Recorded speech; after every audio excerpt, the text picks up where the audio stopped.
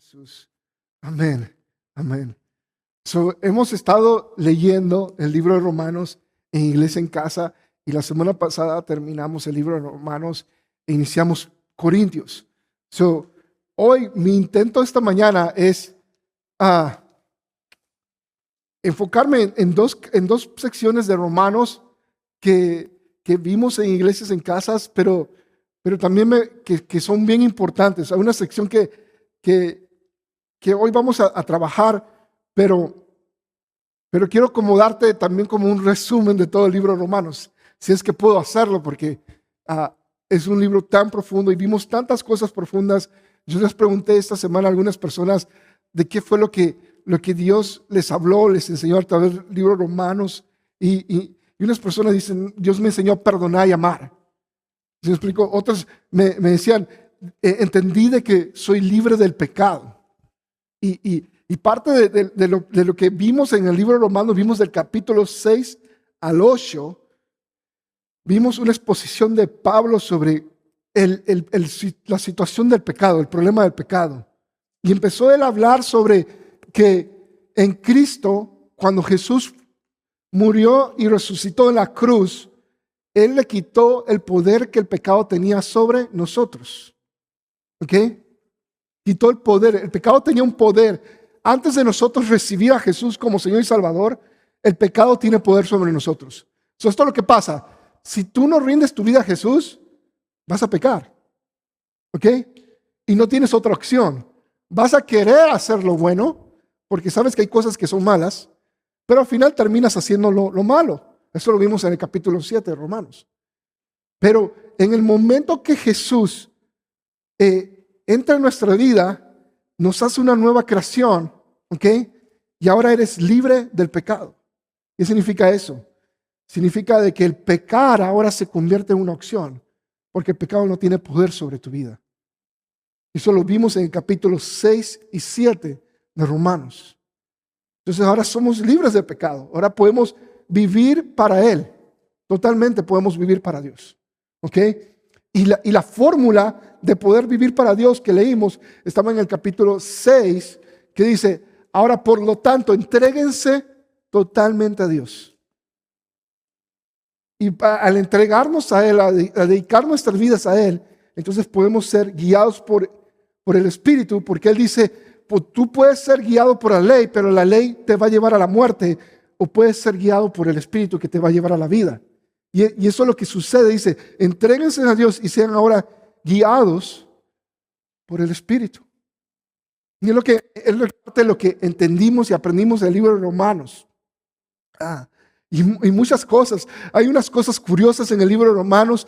Al final, no sé si se dieron cuenta o prestaron atención, pero al final él saluda a varias personas, empieza a saludar. Y entre una de las personas que saluda a dos personas. Y dice que estos son apóstoles. Son muy reconocidos entre los apóstoles. Y hay una cosa muy, muy padre ahí, que uno de esos dos apóstoles que él menciona, ¿ok?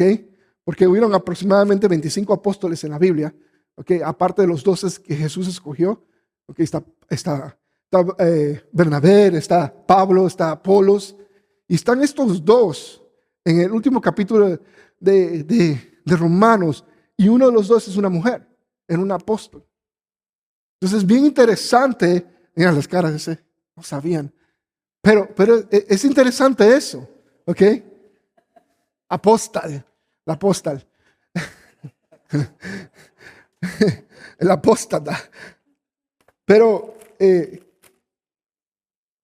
bien interesante eso, ¿no? Porque Pablo, la Biblia nos da muchas cosas cuando empezamos a leer los detalles y nos damos cuenta de detalles importantes, que es para el cuerpo de Cristo. ¿Okay? Y Él fue que puso apóstoles, Él puso profetas, maestros. Él fue que edificó la iglesia. Entonces, al entender eso y varias cosas, toquemos algo del capítulo 8 y aquí les imprimí sus notas en grande, así para los que están más avanzados de edad puedan leer.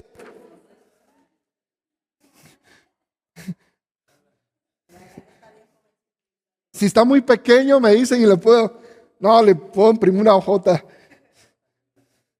Pero vamos a estar hoy trabajando en dos partes de Romanos. Ah, y esa parte me emociona mucho porque quiero que entiendas el corazón de Dios por ti. ¿Ok? Este es el corazón de Dios por ti. Lo que vamos a leer. ¿Ok? Entonces, Romanos 8, versículo 31.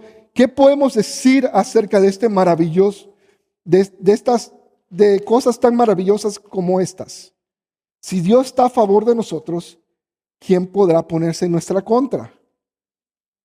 Si Dios no se guardó ni a su propio Hijo, sino que lo entregó por todos nosotros, ¿no nos dará también todo lo demás? ¿Quién se atreve a acusarnos a nosotros, a quienes Dios ha elegido para sí? Nadie, porque Dios mismo nos puso en una relación correcta con Dios. ¿Qué fue esa última frase? ¿Dios mismo qué? ¿Cómo? ¿Cómo nos puso en una relación correcta con Él? A través de Jesús, el sacrificio de Jesús. Jesús fue a la cruz, vivió de la manera que Dios quería que uno viva. Cumplió la ley entera. Murió y resucitó y volverá. ¿Ok? Jesús hizo eso por nosotros. ¿Para qué? Para ponernos en una relación correcta con Dios. Si tú has entregado tu vida a Jesús y estás viviendo para Él, de acuerdo a lo que estamos leyendo, tú estás en una relación correcta con Dios. Era lo que vimos la última iglesia en casa el domingo pasado. Habíamos visto de que Él nos hizo ¿qué? Santos.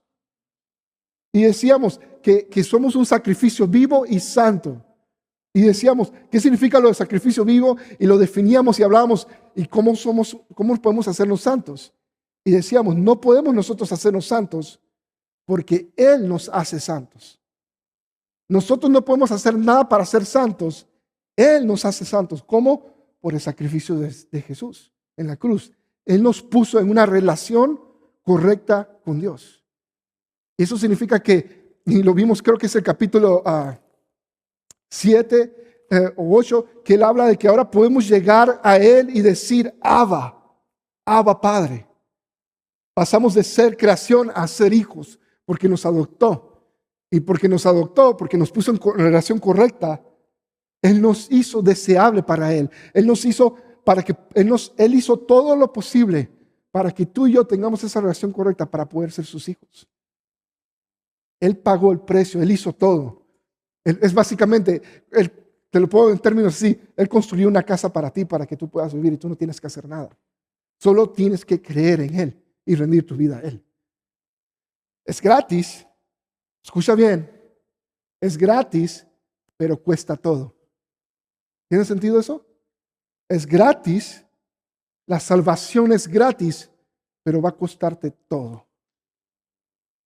Porque Él dice, ahora, por lo tanto, que son libres de todo pecado, el pecado no tiene dominio sobre ustedes, por lo tanto, entreguen todas sus vidas a Él.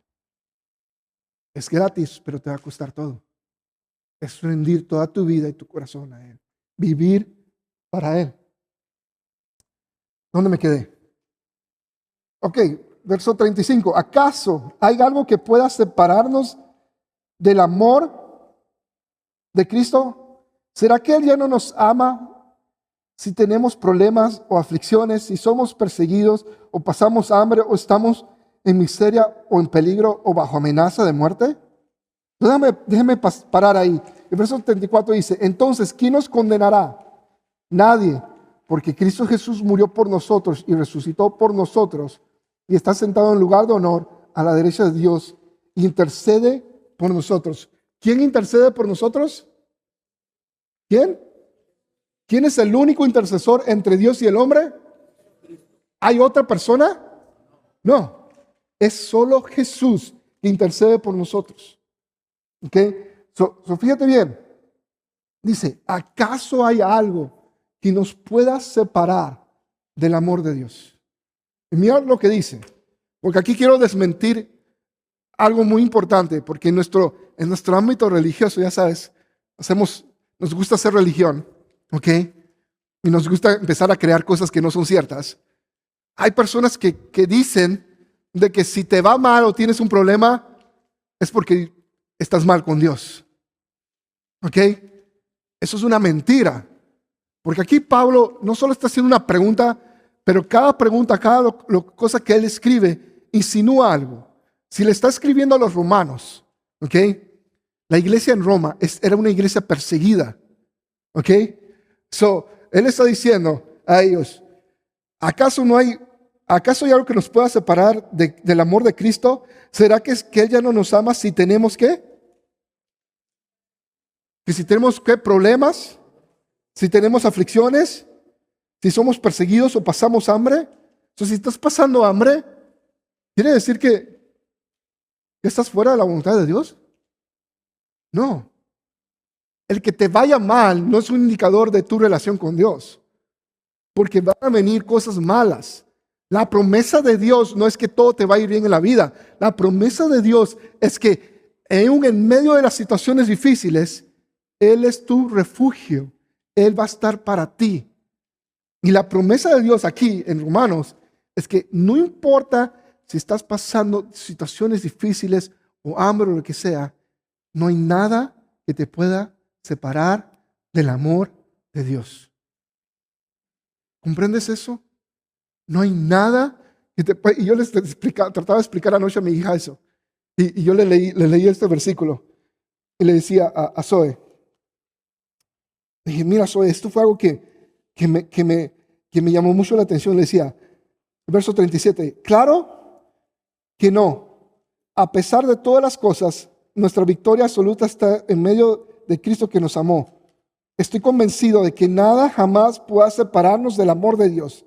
Ni la muerte, ni la vida, ni los ángeles, ni los demonios, ni nuestros temores de hoy, ni nuestras preocupaciones de mañana, ni siquiera los poderes del infierno pueden separarnos del amor de Dios. Ningún poder en las alturas ni en las profundidades de las profundidades. De hecho, nada en toda la creación podrá jamás separarnos del amor de Dios, que está revelado en Cristo Jesús nuestro Señor. Y le leía esa parte a Zoe, y Zoe decía, pero los ángeles son buenos, ¿no? Y yo, sí. ¿Cómo ellos nos van a separar de Dios? Y yo, Zoe, es que muchas personas ven a los ángeles como a un ser muy poderoso. A través de toda la historia en la Biblia se ven así. Entonces, uno pensaría de que viene un ángel, me puede separar de Dios. Demonios y cosas y situaciones. Pero este es lo que necesitamos entender. No hay nada que te vaya a separar del amor de Dios. Él te ama infinitamente. ¿Te ama cuando pecas? Te ama. Oh, pastor, es una blasfemia. Hey, Génesis capítulo ¿qué? 3. El hombre cae. ¿Qué hace Dios cuando el hombre cae? ¿Qué es lo primero que hace Dios cuando el hombre cae? ¿Lo condena? ¿Lo manda al infierno? ¿Qué fue lo primero que Dios le dice al hombre cuando peca? ¿Dónde estás? ¿Por qué, si él no quiere estar con el hombre que pecó, por qué le pregunta dónde estás? ¿Por qué lo busca? La primera respuesta de Dios cuando tú pecas es buscarte para que haya una oportunidad de arrepentimiento. Es la primera reacción de Dios. No le gusta el pecado, te ama a ti eternamente. Y la primera respuesta de Dios ante el pecado de nosotros es, ven, regresa a mí, no te alejes de mí. Yo he hecho el camino para que ese pecado no tenga poder sobre tu vida y puedes vivir libre de eso.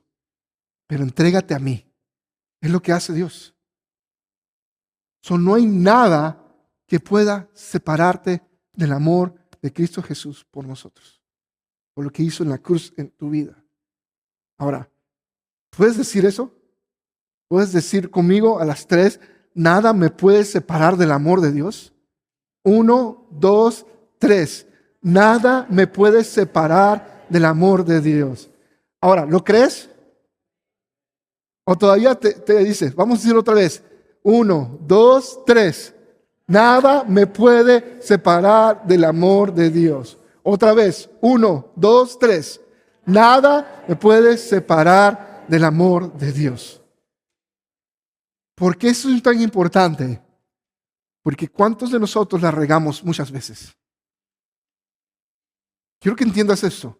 Nosotros la regamos muchas veces. Y a veces es hasta inconsciente, es por costumbre, ¿no?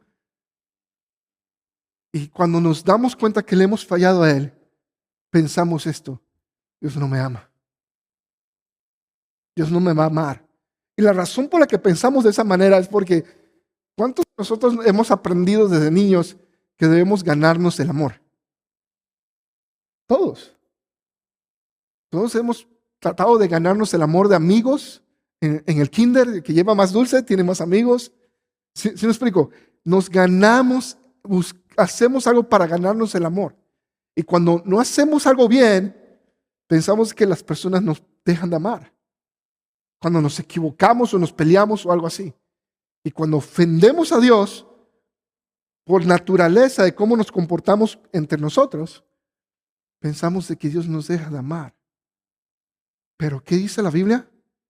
Que no hay nada que nos pueda separar del amor de Dios. ¿Es tu pecado algo que pueda separarte del amor de Dios? No. No te puedes separar del amor de Dios. Te puedes separar de una eternidad en la presencia de Dios, pero no te va a separar del amor de Dios. ¿Qué significa eso? Que te puede separar de una eternidad. Si pecas, si vives en pecado y no te arrepientes, no vas a tener vida eterna. La vida eterna se obtiene a creer en Él, vivir para Él. Esa es vida eterna. Creer de que Jesús vino, caminó entre nosotros, vivió, murió y resucitó y que va a regresar. Ese es el Evangelio. Dios se hizo hombre para restaurar la relación entre el hombre y Dios. Y somos libres del pecado. El pecado no tiene dominio sobre nosotros, pero la buena noticia también es de que Él nos ama y que no hay nada, no hay situaciones difíciles en tu vida. No hay migra, no hay el hielo, ¿ok? Ya, lo que tradujeron ya, no hay hielo, no hay el hielo, no hay migra, no hay presidentes, no hay lo que sea. No hay falta de trabajo, no hay economía, no hay inflación que pueda separarte del amor de Dios. Y te lo digo, no construyas una vida en base a temor. Escucha bien. Dice la Biblia que el perfecto amor, ¿qué? Echa fuera todo temor. Cuando caminas en miedo y vives en miedo, es porque no estás entendiendo el amor de Dios. Y si en esta situación a nivel del país, a nivel entre latinoamericanos, hispanos o como le quieras llamar, estás viviendo en temor ahora mismo por la situación del país, entiende esto, necesitas el amor de Dios. Necesitas experimentar el amor de Dios como nunca antes. Porque el amor de Dios trae paz, trae seguridad, Él es nuestro refugio y puede pasar lo malo que no quieres que pase, pero el amor de Dios nunca te va a abandonar. ¿Sí me explico? Eso es lo más importante. La Biblia no te garantiza de que si vienes a la iglesia o no vienes, no te va a pasar nada malo. Te garantiza de que Él va a estar contigo todos los días de tu vida y te va a fortalecer. No temas a nada, sino que sométete a Él.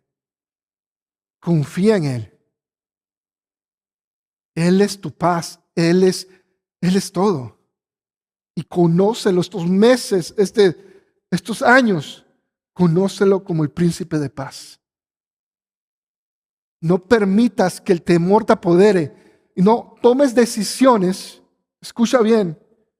No tomes decisiones en base a temor.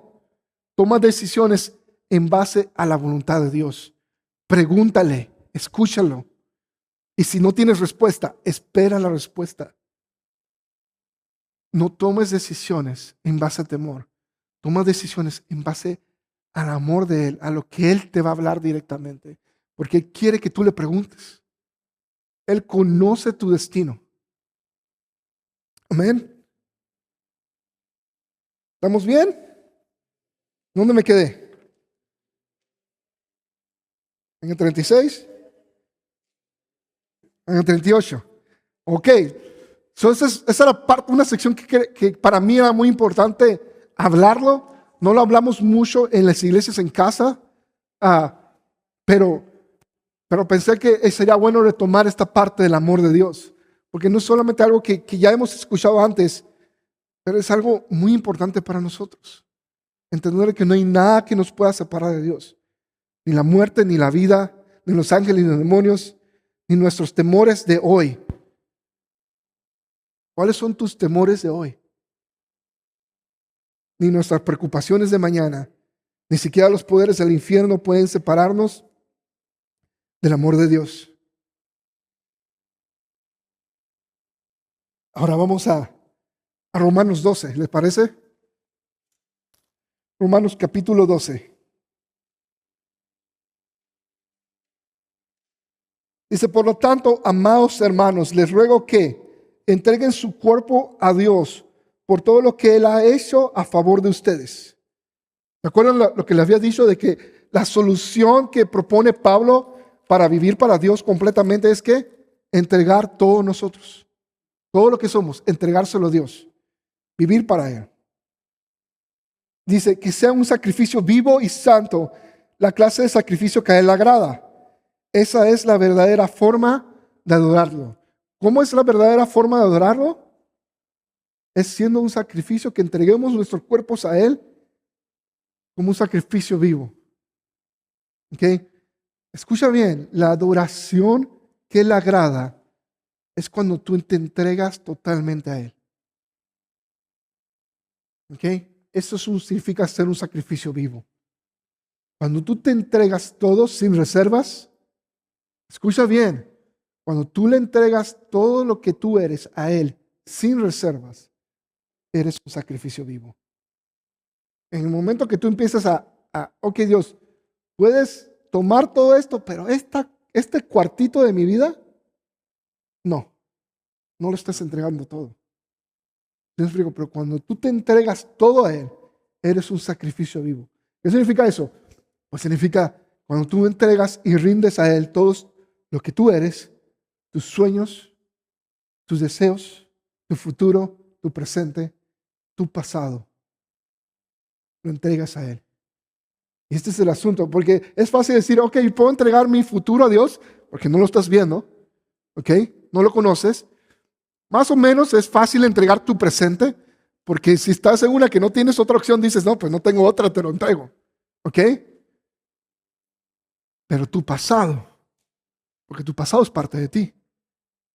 Esa es la parte difícil, porque a veces en ese pasado hay que perdonar, a veces en ese pasado hay cosas que no queremos soltar, a veces en ese pasado hay sentimientos que no queremos soltar, emociones por alguien o emociones que nos causaron a nosotros, que alguien nos lastimó y no queremos entregar y queremos guardar eso y no soltarlo a Él.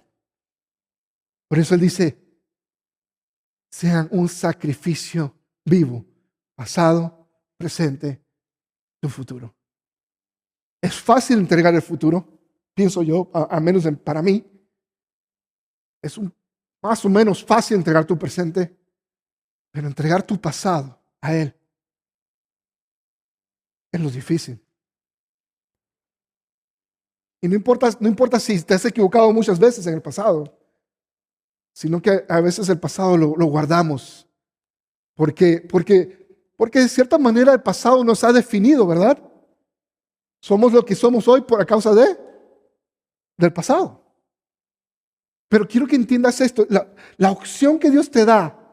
Imagínate esto, si tú eres un sacrificio vivo, ¿qué le pasa a un sacrificio?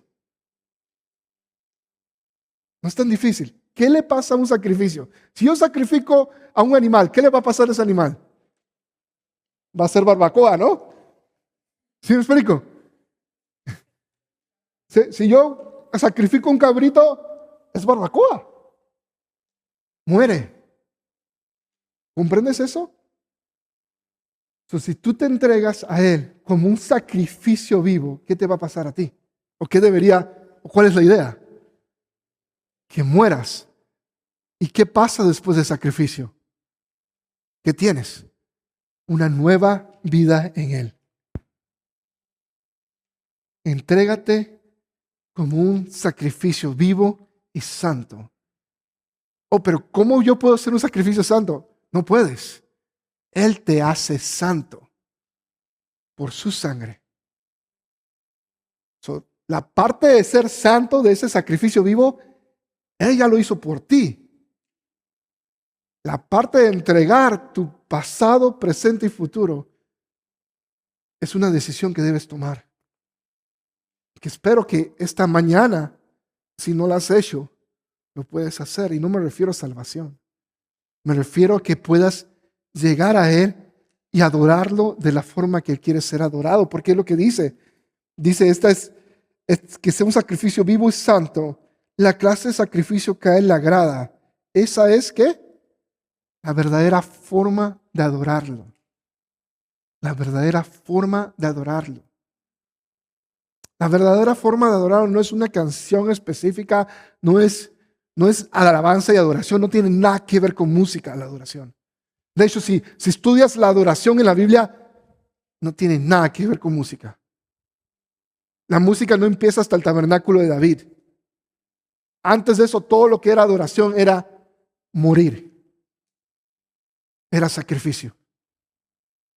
El principio de adoración no tiene nada que ver con acordes musicales y eso. Un adorador no es alguien que toca un músico. No es un músico, no es alguien que canta. Eso no es un adorador. Tampoco es un levita. La adoración es alguien que entrega todo a Él. Es un sacrificio vivo. Eso es adorar. Siempre va a involucrar la adoración una acción. No puedes adorar de una manera estática. La adoración involucra una acción. Estudias la palabra adoración en toda la Biblia, todas las veces cómo se traduce del hebreo al español la palabra adorar, y vas a encontrar que involucra levantar las manos. Hay una palabra que se llama adoración que es levantar las manos. Hay una palabra que se traduce en español como adorar y significa estar de rodillas. Hay una palabra que se traduce en español adoración y es gritar, gritos de júbilos. Todas las traducciones que tenemos en español, el original, en el hebreo, en el griego, refieren a una acción. No es estático. Involucra algo de ti. Cuando dice, entréguense como un sacrificio vivo y santo, porque esa es la adoración que le agrada. Es rendir tu futuro, presente y pasado. Entonces, déjame hacer una pausa aquí. ¿Ok? Y para orar. ¿Está bien? Quiero que le digas, ores, hagas tu oración hoy, en este momento. Y digas, Dios, ayúdame a entregarte mi pasado. ¿Ok? ¿Lo hacemos? Empieza a orar. Dios, Espíritu Santo. Y dile tú. No importa si sientes llorar. Deja que el Espíritu Santo te ministre.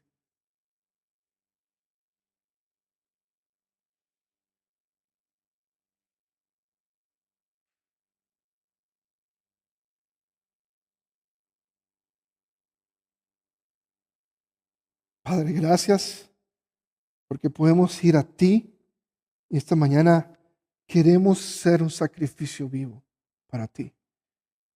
Y por eso queremos entregarte todo lo que somos de acuerdo a tu palabra. Entregamos nuestro futuro, presente y pasado a ti, Señor. Y ayúdanos a entregarlo todo porque queremos hacer lo que tú deseas.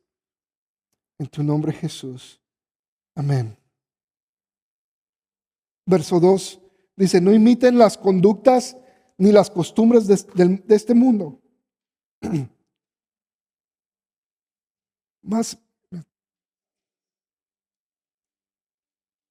dice, más bien, dejen que Dios los transforme en personas nuevas, a cambiarle las maneras de pensar. Entonces aprenderán a conocer la voluntad de Dios para ustedes, la cual es buena, agradable y perfecta. Entonces, no imiten las conductas ni costumbres. Su conducta es comportamientos. No las imiten, las costumbres y conductas de este mundo. No las imiten. Sino que, ¿qué? Que dejen. So, cuando dice la palabra dejen, ¿qué quiere decir? Ajá. Quiere decir esto, que tú decides si pasa o no. Está en tu control. Implica control. ¿Ok? De que tú tienes el control. Tú puedes dejar o permitir que eso pase o que no pase. Está en ti. ¿Ok? Entonces dice, dejen que ¿qué?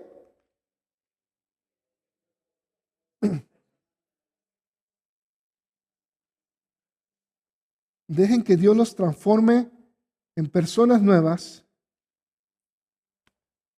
para cambiar ¿qué? De pensar.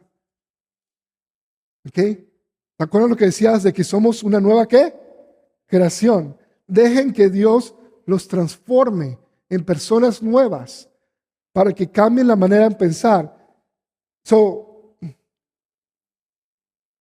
¿cómo dejas que eso pase? ¿Me explico?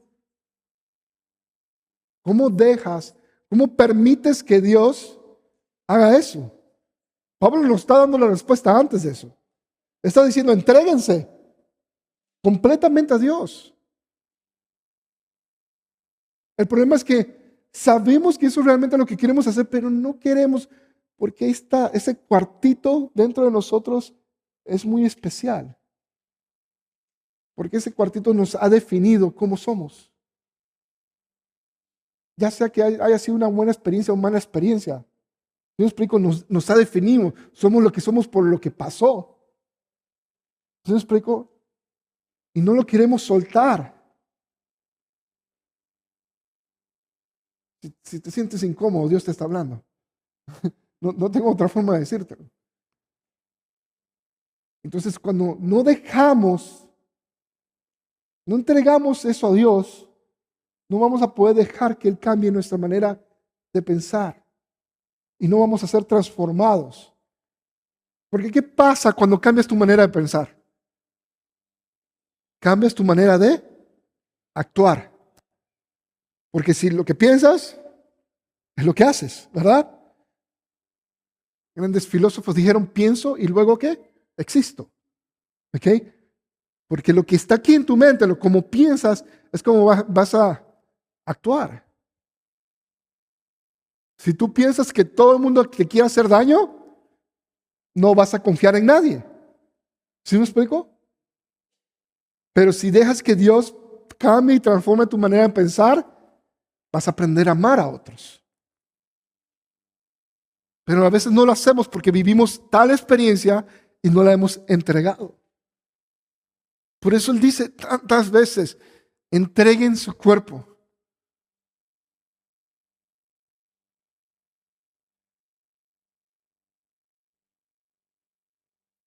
¿Estamos bien ahí? Empieza a notar ahí en tus hojas. Si necesitas un lápiz o algo, levanta tus manos.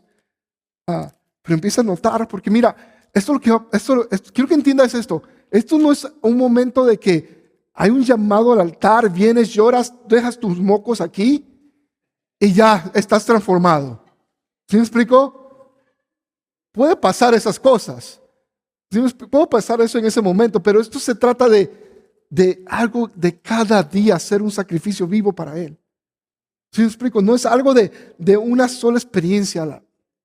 Podría pasar así, pero no necesariamente pasa así las 100% de las veces. te digo, en mi experiencia, en mi vida personal no ha sido hasta que empecé a entregarme totalmente a Él y empecé a orar y buscarlo a Él. Pero es eso. Es algo del diario vivir, de buscar su presencia, escucharlo a Él. Sea lo que sea que estás lidiando en tu vida, en tu pasado o presente, quiero decirte, si tú te entregas hoy como un sacrificio vivo a Él, tu futuro va a ser los mejores años que hay de venir. Porque Él va a cambiar tu futuro. Va a cambiar tu forma de pensar. Vas a ser transformado en lo que dice la Biblia en Corintios, que vamos a estar leyendo. Dice, en una nueva creación. Y quiero que entiendas esto. O sea, a mí me emociona esto. Porque eres transformado en una nueva creación, ¿verdad? Pero el pecado no tiene dominio sobre ti. Potencialmente tienes la oportunidad de empezar de nuevo sin cometer los errores de pecado.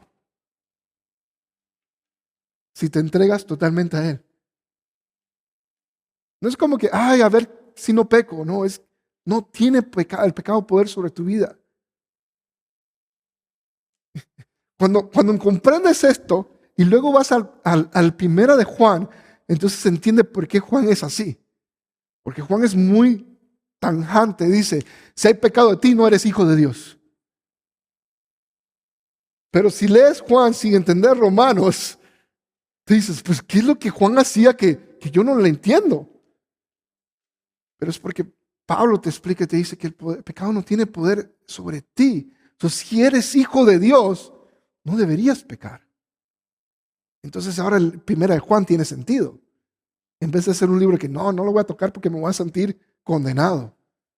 Te vas a sentir alegre y decir, ¿sabes qué? Soy hijo. Y dice también primera de Juan, y si pecamos, tenemos abogado fiel y justo, que si nos arrepentimos nos perdona del pecado. Es eso. ¿Tengo tiempo?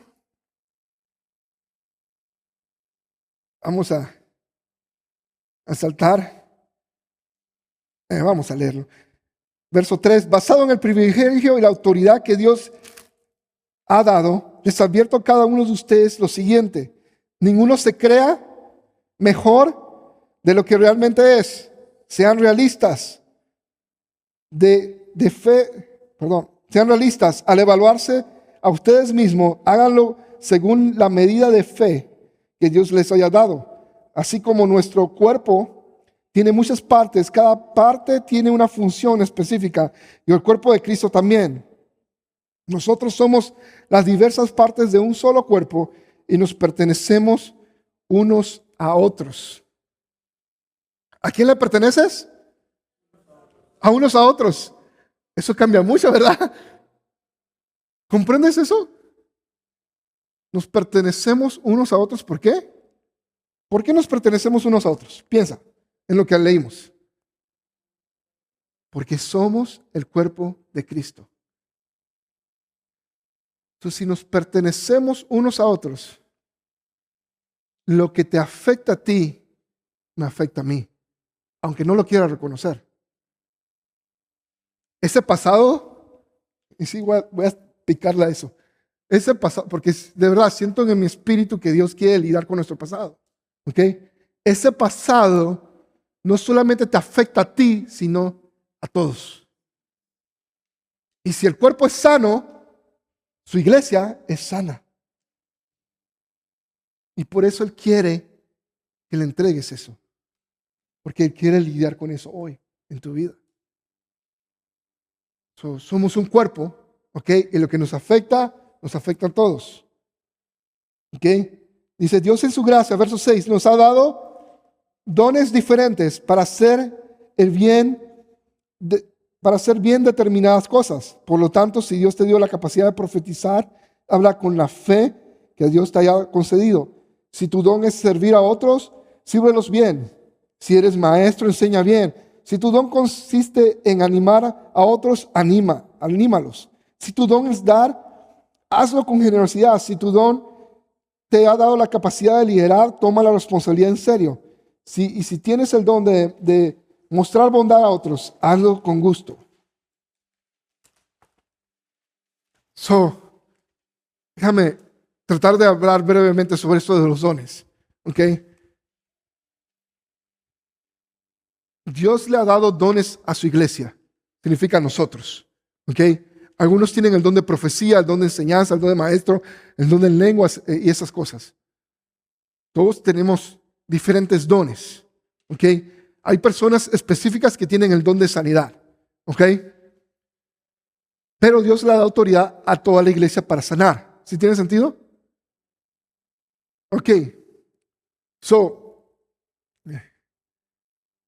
Y quiero hablar de esto porque quiero que tengamos claridad, porque no hablo muchas veces sobre los dones. Lo hablo cuando leemos. Entonces déjame explicar esto. ¿Ok? Y lo vamos a hablar este año. ¿Ok? Vamos a leer todo el Nuevo Testamento, vamos a hablar de dones. ¿Ok? Pero quiero que entiendas esto. Hay personas que pueden tener un don profético. Y que es profecía, es el don que escuches a Dios. ¿Ok? Todos somos profetas. Porque la Biblia dice que nos ha hecho a nosotros profetas sobre las naciones. Pero hay gente que tiene el don específico de profecía. ¿Ok? Hay gente que tiene el don específico de sanar enfermos. Y esa persona Dios lo usa y sana enfermos. Pero muchas personas cuando tienen diversos dones se confunden. En este sentido, piensan de que porque tienen el don específico deberían ser el pastor o el líder de esas áreas. ¿Ok? Y quiero que entiendas esto. Hay una diferencia cuando Dios te da un don que es para edificar la iglesia. ¿Ok? Y cuando Dios no solamente te da un don, sino que te entrega un ministerio. ¿Sí me explico? Y la diferencia es que hemos pensado que porque tenemos el don tal y sentimos que Dios nos usa o nos habla, pensamos de que, oh, mira, el pastor predicó eso y Dios me había hablado sobre eso. Pensamos que nosotros deberíamos también ser pastores o líderes. No, Dios te ha dado el don para edificar la iglesia. No te ha dado el ministerio, el cargo, no te ha comisionado con el don. Y hay una diferencia ahí, en eso grande. Entonces, porque no te ha comisionado con ese don, porque la comisión de Dios a un ministerio tiene que ver con carácter. Dios no va a poner a un pastor nada más porque tiene el don de profecía y no tiene carácter. Cuando no te puedes someter a la autoridad de la iglesia. ¿Sí me explico? El ministerio viene a través del carácter. Los dones vienen dados por Dios, pero Dios te ha llamado al ministerio. El llamado viene a través del carácter. Y es la diferencia. Sí, puedes tener el don de sanidad o el don del que sea, pero no tienes el llamado. Y cuando no tienes el llamado, no tienes el respaldo para funcionar como un ministerio, por decirlo así. ¿Me explico? Entonces ahí es donde la gente se confunde y se frustra. Es que en la iglesia a mí no me dejan hacer nada, que no sé qué. No tienes el carácter. Porque no tienes el carácter, no has sido llamado para hacer esa función. Tienes el don, pero no el llamado para eso. ¿Y por qué digo eso? Porque Él le ha dado dones a toda la iglesia. ¿Pero qué? ¿Algunos son qué? Los llamados. Y el llamado viene a través del carácter. Y hay gente que va a tener el llamado, pero está actuando fuera del tiempo. ¿Sí me explico? Porque aún todavía no se le ha dado llamado. Va a ser en el futuro, pero aún no. Y están frustrados con la iglesia por eso. ¿Ok? Puedes tener el don, ejerce tu don. El llamado es otra cosa. Quiero que comprendas eso. Porque aquí dice, el don de liderar, entonces ahora tengo que buscar y ser líder de un ministerio. No. Lidera donde tú estás en tu capacidad. Cuando Dios te llama y te ponga un ministerio a cargo, entonces vas a funcionarlo. ¿Sí me explico? Y es la diferencia. Si empezamos a entender esto, no tuviéramos dolores de cabezas y frustraciones en la iglesia. ¿Sí me explico? Exacto, divisiones, porque esta es la causa más grande de divisiones en la iglesia. Es personas que sienten que tienen un don y en base al don piensan que están deben ejercer un ministerio, pero no son llamados. El carácter define el llamado de la persona. Y Dios no te va a llamar hasta que estén listos. ¿Y sabes quién te prepara para eso? El mismo Dios. ¿Cómo te prepara? A través de su cuerpo. A través de ese pastor que no te deja hacer nada, o a través de ese hermano de la congregación que te vuelve loco, o lo que sea. Así me explico. Dios va a preparar el carácter para llamarte en su momento. Pero entiendes esto, algunos son llamados, no todos. Él no va a llamar a todos, pero a todos le va a dar dones. ¿Tiene sentido eso? Tú tienes un don para edificar la iglesia y nos necesitamos unos a otros. Pero hay dones, hay personas que tienen un llamado. Y hay personas que tienen el llamado para tener un ministerio de sanidad. Está Carlos, ¿cómo se llama? Anacondia, que Dios lo usa para sanidad increíblemente, porque él tiene el llamado en eso y tiene el don de sanidad. Entonces Dios le va a dar una plataforma grande para eso. ¿Sí me explico? Hay gente que tiene un llamado profético, como Marcos Burnett, y tiene un llamado profético y le ha dado, ¿qué? El ministerio profético. Donde tú escuchas a Marcos Burnett y él está trayendo palabra fresca de Dios para su iglesia, para edificar a la iglesia. ¿Sí tiene sentido esto? Todos tenemos dones, pero no pienses porque tienes un don, es un llamado. El llamado viene a través del carácter.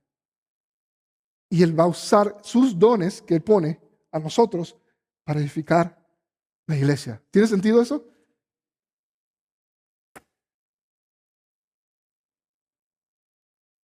Verso 9, no fijan amar a los demás, ámenlos de verdad.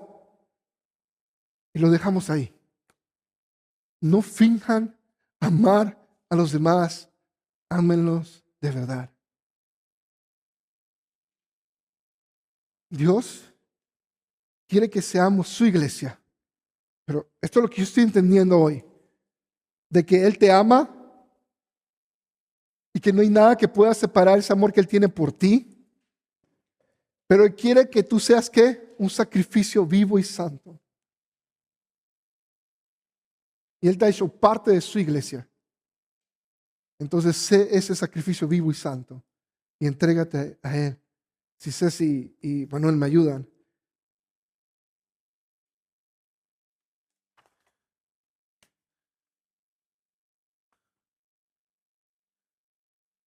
Mira, si tocas la canción Santo,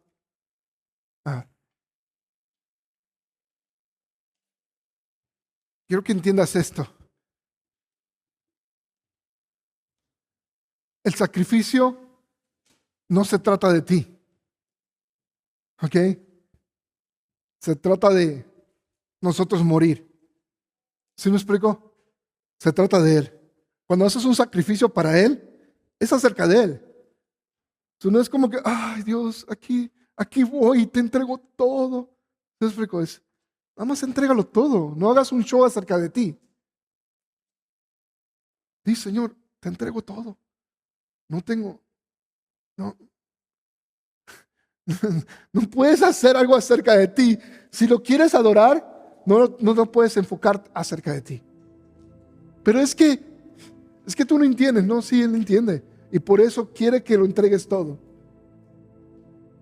Pero es que tú no conoces lo que pasó. No, sí, claro que sí. Él lo vivió. Jesús vino a esta tierra, caminó y vivió en esta tierra y fue tentado de las mismas maneras que tú y yo hemos sido tentados. Fue traicionado por sus amigos íntimos. Solo uno de sus amigos se quedó con él en la cruz. Juan, el apóstol Juan. Todos los otros huyeron y lo traicionaron. De la misma manera que tú y yo lo hemos traicionado a él.